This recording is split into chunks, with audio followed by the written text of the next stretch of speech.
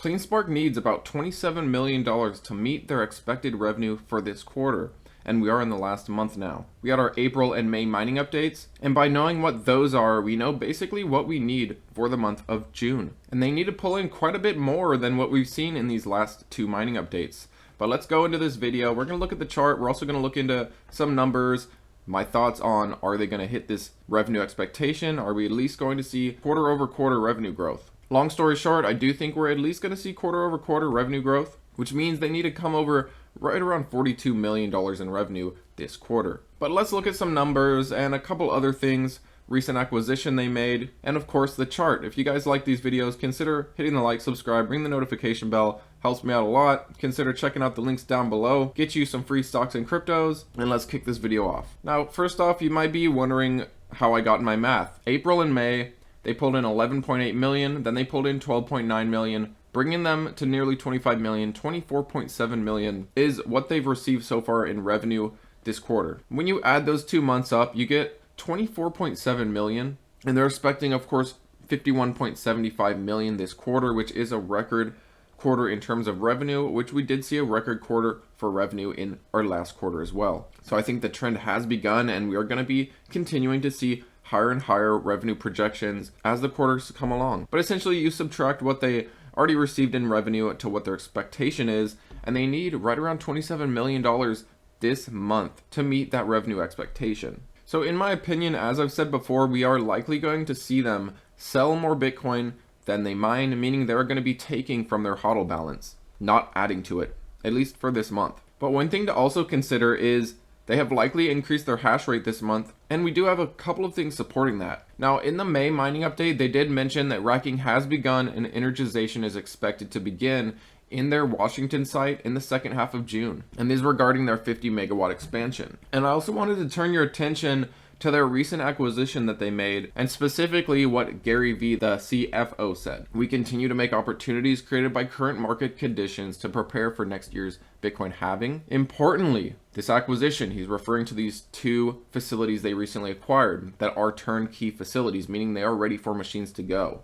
This acquisition is fully paid for from our existing cash reserves, and we expect it to almost immediately start driving revenue to our bottom line. So I do think there is an off chance that they can, mine more Bitcoin than they end up selling for this month, which does wrap up the quarter. However, I think it's really hard to say. We're just going to have to get that mining update, and then we'll have a clear idea. Of course, they'll give us more details than just the actual numbers, but details about machines that are getting energized and starting to hash. But let me know in the comments below, do you think they're going to pull in 27 million in the month of June? In just a few days, we are going to get our mining update. I personally do still think, regardless of this, this news that we're going to see more Bitcoin miners going online in June, late June, and of course this facility acquisition, I do think that for them to hit this 27 million for this month, they are going to have to sell quite a bit more Bitcoin than they actually mine. And I have kind of mixed feelings on that. Like, yes, I do want to see them hit those revenue expectations, continue to show revenue growth, but at the same time,